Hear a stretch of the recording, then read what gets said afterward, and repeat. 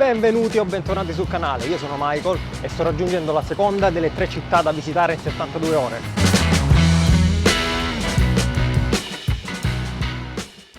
E dopo quasi 3 ore di autobus vi do il benvenuto a Granada.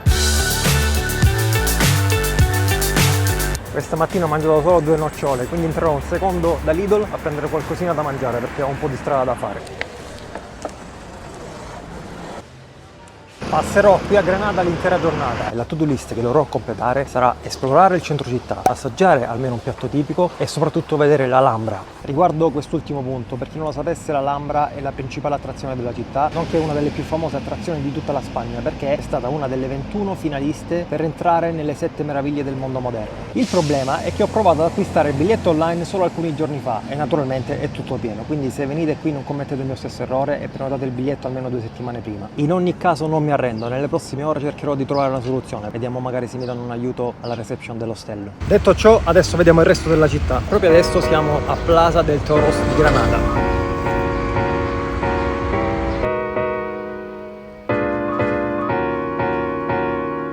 Mi sono tolto la giacca perché si inizia a star bene, ma in realtà appena sono arrivato la temperatura era nettamente più bassa rispetto a Siviglia.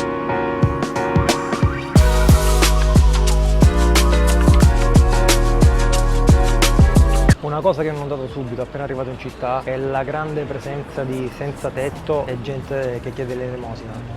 Probabilmente la qualità della vita in generale è inferiore rispetto a Siviglia e Barcellona. Adesso è ancora un po' presto, però vorrei vedere se riesco ad entrare nell'ostello, almeno per lasciare lo zaino. Eccolo qui. Carino. Come avete visto l'ostello è molto carino, ho lasciato lo zaino e tornerò più tardi, verso le 3, adesso vediamo se riusciamo a spuntare già qualcosa dalla lista. Proprio qui dovrebbe esserci un bellissimo parco. Credo che possiamo già uscire, non è niente di che, è una bellissima area verde però con nulla di particolare. Fino ad ora per quel poco che ho visto un po' deludente Granada, spero che non sia conosciuta solo ed esclusivamente per l'Alhambra. In realtà stiamo esplorando la parte un po' più esterna della città, ci sposteremo verso il centro. No, ma il diesel a 1,51? Mi sono allontanato di ben 2 km, 30 minuti a piedi per arrivare in centro. Va bene, dai.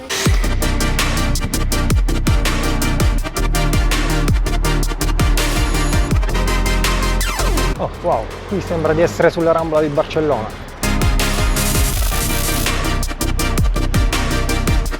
Questa zona è anche piena di locali, quindi vediamo se mangiamo qualcosa. C'è una taverna qui vicino.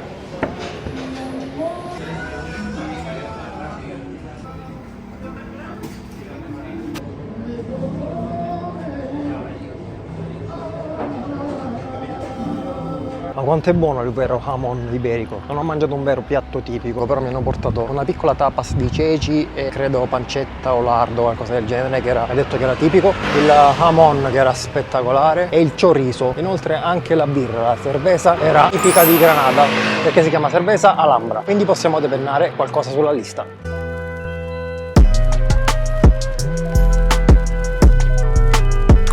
Ho anche preso al costo di 30 centesimi una cartolina per Ale, se non mi uccide.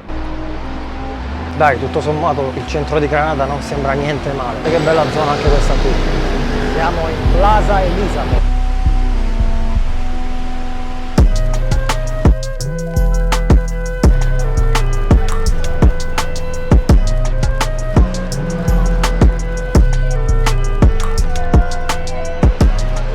Adesso ho assolutamente bisogno di un bel caffè.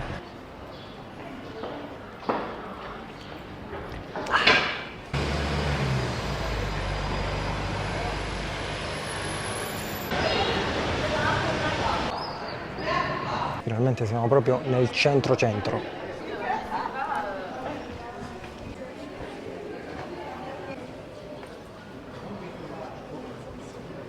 Sembra ci sia un bellissimo piccolo souk, proprio come a Marrakesh. Questo è super caratteristico.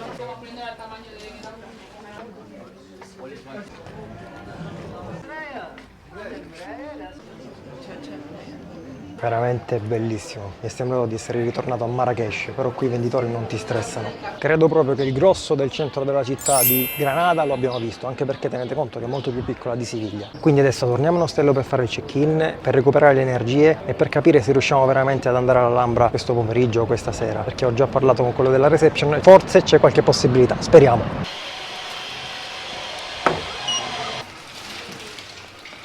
13C.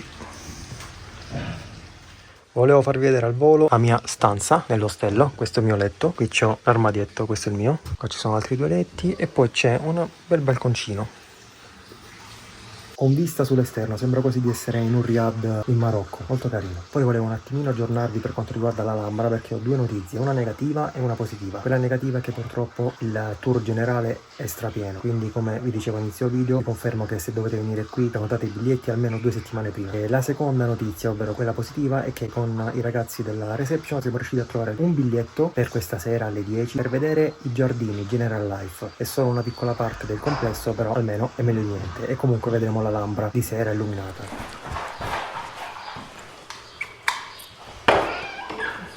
Bene, è ora di fare 2 passi.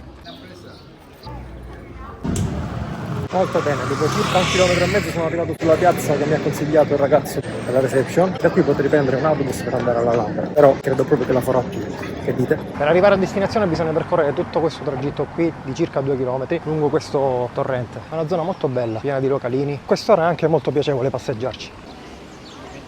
Ok, da questa parte.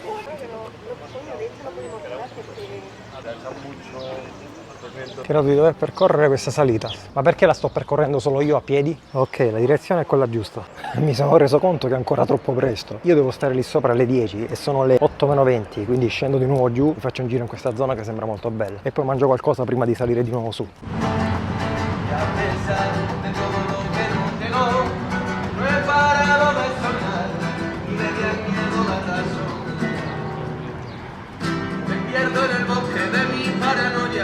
Y allí me pongo de todo, buscando al demonio con una pistola, gritando que lo mataré. Me tiro del pelo, me arranco la noche. Stasera cena leggerissima, 2 empanadas, 4,40 €. Una di pollo, tomato, l'altra tomato e tonno, atún. Ok, questa volta saliamo per davvero. È 1 chilometro tutto così, che si va a giungere ai 16 km già percorsi da stamattina. La parte che sto visitando sarà solo un piccolo pezzo, questa struttura immensa che rientra tra le 21 finaliste per entrare nelle 7 meraviglie del mondo, guardate.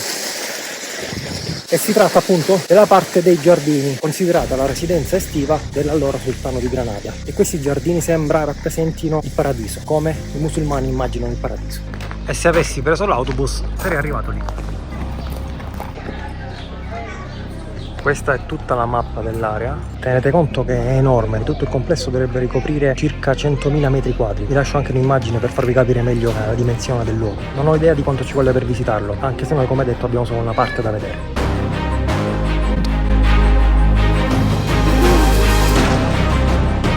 Ok, finalmente dopo una lunga attesa siamo dentro. Speriamo che sia valsa la pena, perché sono venuto a Granada proprio per questo. Mi sono fatto 20 km oggi. Wow, guardate che tramonto.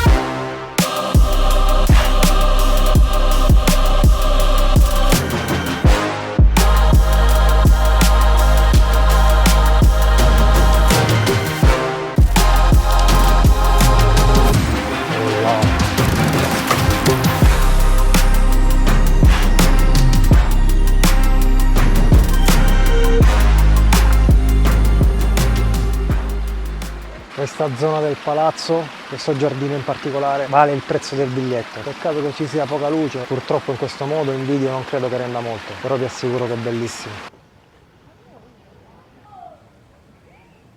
No, credo che sia tutto qui. Bene ragazzi, che dire di questa giornata? È stata una giornata di alti e bassi, forse non era cominciato benissimo l'approccio con Granada, però poi abbiamo visto che la città è veramente molto bella. Mi dispiace soltanto di non essere riuscito a prendere i biglietti per vedere l'intero palazzo Alhambra, perché quello che abbiamo visto stasera purtroppo era solo un assaggio e tra l'altro con la scarsità di illuminazione, come in questo caso, non ho potuto farvi vedere quello che ho visto io. Quindi se venite vi consiglio vivamente di acquistare per tempo, almeno 2 o 3 settimane prima, i biglietti per vedere l'intera Alhambra. Detto ciò, questa serie di video di 3 città in 72 ore non finisce qui e io domani mattina prenderò un treno direzione Malaga, quindi ci vediamo la settimana prossima. Ciao! Comunque quelli sono solo una parte dei palazzi dell'Alhambra.